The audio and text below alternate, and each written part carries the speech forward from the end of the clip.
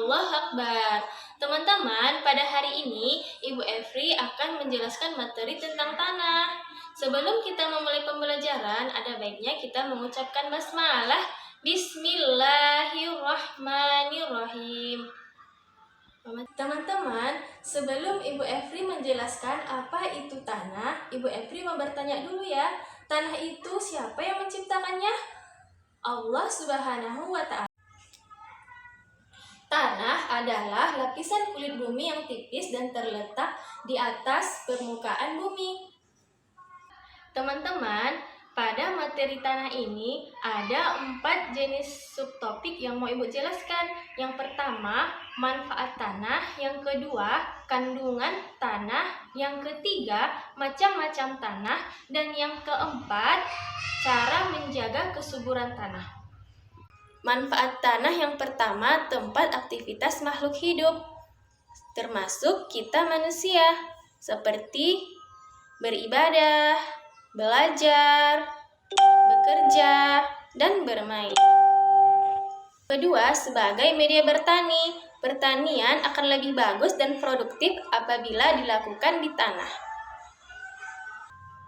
Yang ketiga, sebagai tanggul alami, tanah dapat dimanfaatkan sebagai tanggul-tanggul di daerah sungai dan tentunya akan lebih murah dibandingkan dengan menggunakan bahan lainnya. Yang keempat, tanah sebagai sumber mata air, karena ketika hujan turun, tanah memiliki fungsi sebagai tempat penyerapan air. Oleh sebab itu, tanah dapat dimanfaatkan sebagai sumber mata air, terutama sumur. Yang kelima, tanah sebagai bahan baku pembuatan seni, contohnya pembuatan patung, guci, dan ornamen ruangan. Selain bahan baku pembuatan seni, tanah juga sebagai bahan peralatan rumah tangga, misalnya piring, cangkir, dan kompor. Kandungan tanah terdiri dari mineral, bahan organik, anorganik, air, serta udara. Dengan kandungan yang bermacam-macam, tanah sangatlah bermanfaat bagi makhluk hidup di muka bumi. Selanjutnya, macam-macam tanah. Yang pertama, tanah aluvial. Tanah aluvial berasal dari hasil erosi yang diendapkan bersama lumpur sungai dan memiliki warna kelabu dan sifatnya sangat subur. Yang kedua, tanah vulkanis. Tanah vulkanis berasal dari material letusan gunung api dan memiliki sifat subur. Yang ketiga, tanah humus.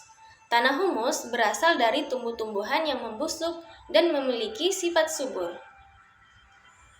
Yang keempat, tanah gambut. Tanah gambut berasal dari proses pelapukan bahan-bahan organik seperti sisa pembusukan tanaman rawa. Yang kelima, tanah kapur. Tanah kapur berasal dari batuan kapur dan memiliki sifat yang tidak subur. Namun, tanah ini tetap bisa ditanami tanaman seperti pohon jati.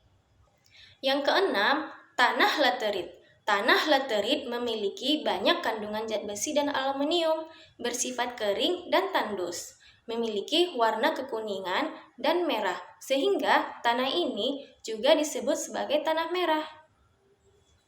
Yang ketujuh, tanah pasir. Tanah pasir berasal dari batuan pasir yang telah melapuk. Penjelasan yang terakhir, cara menjaga kesuburan tanah, yaitu yang pertama dengan melakukan pemupukan organik, yang kedua dengan melakukan reboisasi atau penghijauan, gunanya untuk menghambat kerusakan lapisan atas tanah oleh air hujan.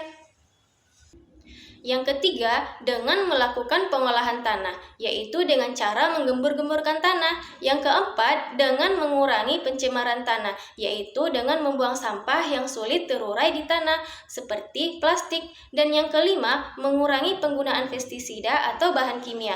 Dengan menggunakan pestisida atau bahan kimia, dapat mengurangi kesehatan dan kesuburan tanah. Demikian penjelasan Ibu Evri tentang materi tanah. Nantikan video Ibu Evri selanjutnya ya teman-teman. Assalamualaikum warahmatullahi wabarakatuh.